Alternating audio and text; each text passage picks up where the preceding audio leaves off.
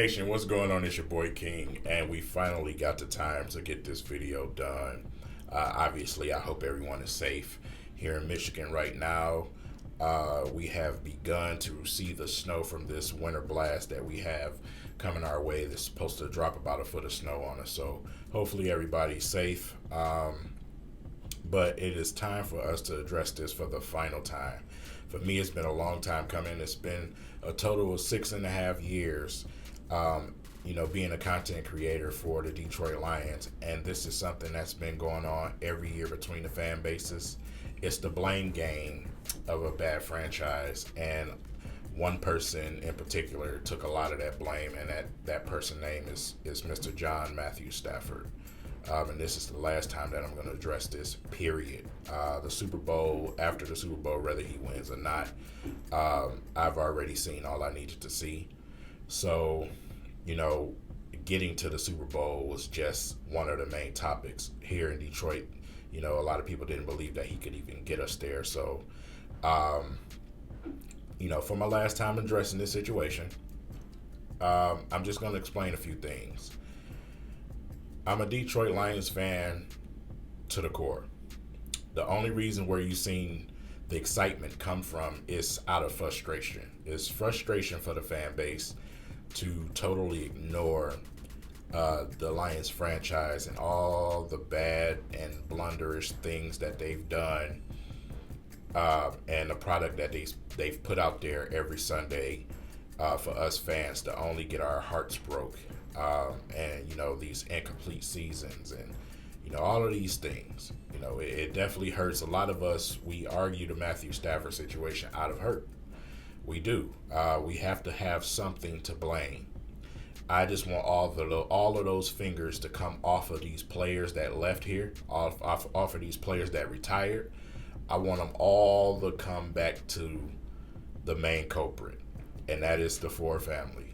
That's the Ford family. They are responsible for putting a winning product out there. They're responsible for bringing people in here to create the culture of a winning team. They're responsible for doing what it takes to invest in that team and invest in those players to make sure that they have the top-notch things they need and they have the ability to go out there and be successful.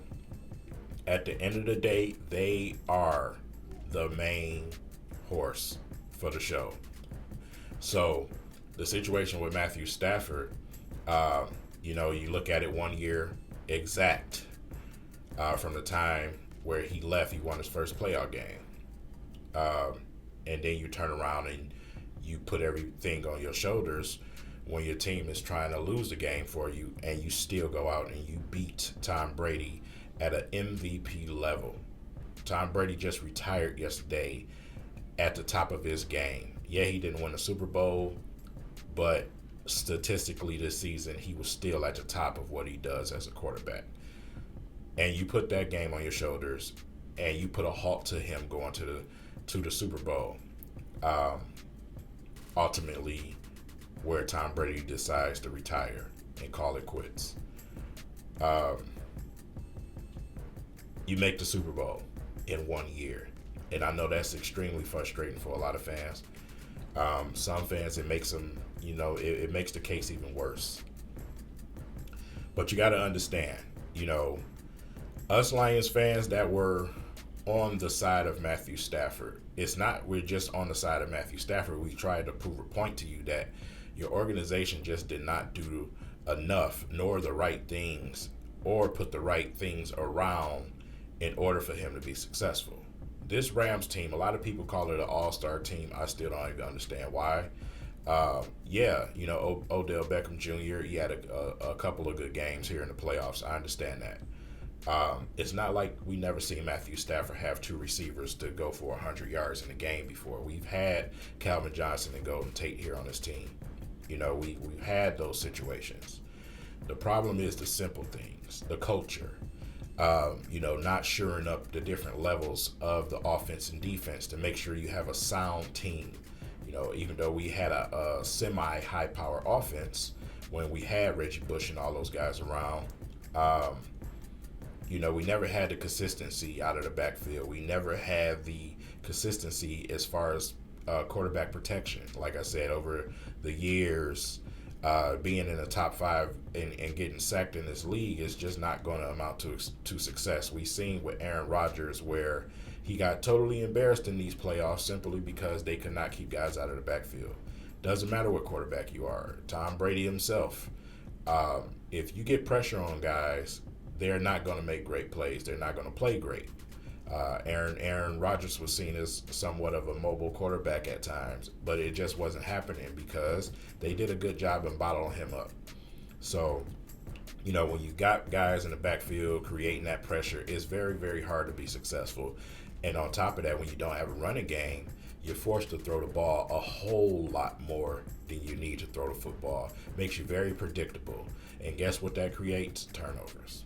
You're going to have pick six situations. You're going to have interceptions thrown, especially when you feel like you have to put the game on your shoulders and toss the ball down the field and try to make something happen. At times, you develop, some type of bad habit of, wanting to, get rid of the football uncharacteristically because you feel like you got a guy on your backside about to sack you. We've seen this guy go through some injuries from the very first year when he walked in here. So, like I said, he's not perfect quarterback by far, but he's a serviceable quarterback that can win you a Super Bowl. That is the point. Your quarterback is not some all-world person that just puts everything on their shoulders and win. That is the biggest myth I ever seen in my life. We've seen Tom Brady go out and win Super Bowls where his defense had to save him, where he played absolutely horrible. We've seen these things. We've seen teams that were heavy on the defense, the Ravens, the Steelers, some of these teams heavy on defense, which helped them win games. You keep the other side from scoring, you got a chance, man. So we just never had that level throughout this football team. And that's what we've been trying to explain to a lot of people, and they don't want to hear it. They truly do believe in the quarterback hype. I always say that all the time. The quarterback gets too much respect and they get too much blame. And that's one of the biggest problems. So when you look at that situation, like I said, I just wanted to address this for the last time. I don't want people to think that, I'm just some type of Matthew Stafford fanboy. My goal, if you've been following me for all of these years, has been one simple thing, and that's to point out the problem of the Detroit Lions franchise. I love my team. I love my city. But I am not a fan of what's been presented out there, out on that field. What's been brought to the table by this Ford family. I'm just not a fan of it. I never was, and I just don't know if I ever will be. I'm on board with what's going on right now.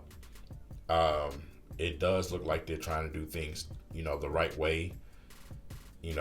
Sheila Ford has did some things that, are somewhat pleasing. So I'm not ready to let them off the hook yet. We'll see what happens. This draft is one of the most important drafts of my lifetime because we have an opportunity to make things right. And it's not about the draft bit situation with Matthew Stafford. Listen, we have Brad Holmes. If you know the history of Brad Holmes, whether he's picking 23 or 30, Brad Holmes is going to find some type of talent that's going to help this team. I'm not worried about how high the pick is. No. What's more important is that the fan base has their eyes opened and understand that the very people that you should have been pointing your finger at and blaming was that Ford family. So, I don't put no knock on anybody that, spends their money every year buying season tickets, buying all the merchandise and everything in the world. I don't have no knock on you. That's your money and your business.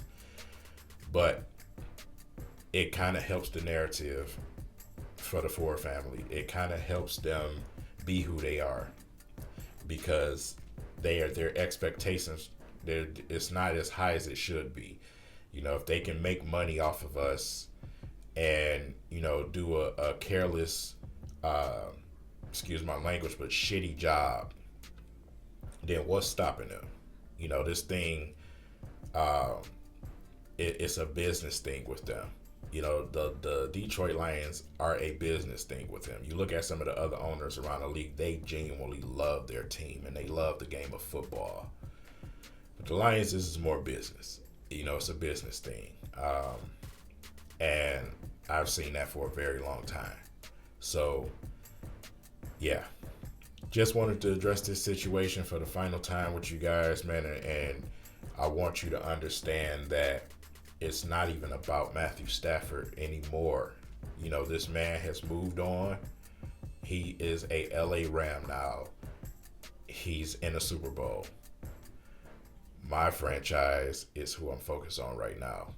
We can't even get to the playoffs, let alone win a playoff game.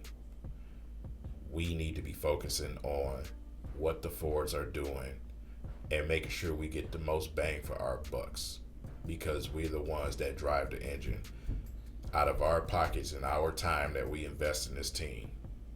We are the ones who drive the engine. So it's up to us to require that. We have to require that of them. With that said, it's your boy King. This is my final time talking about Matthew Stafford. I hope everybody has a great day. Peace.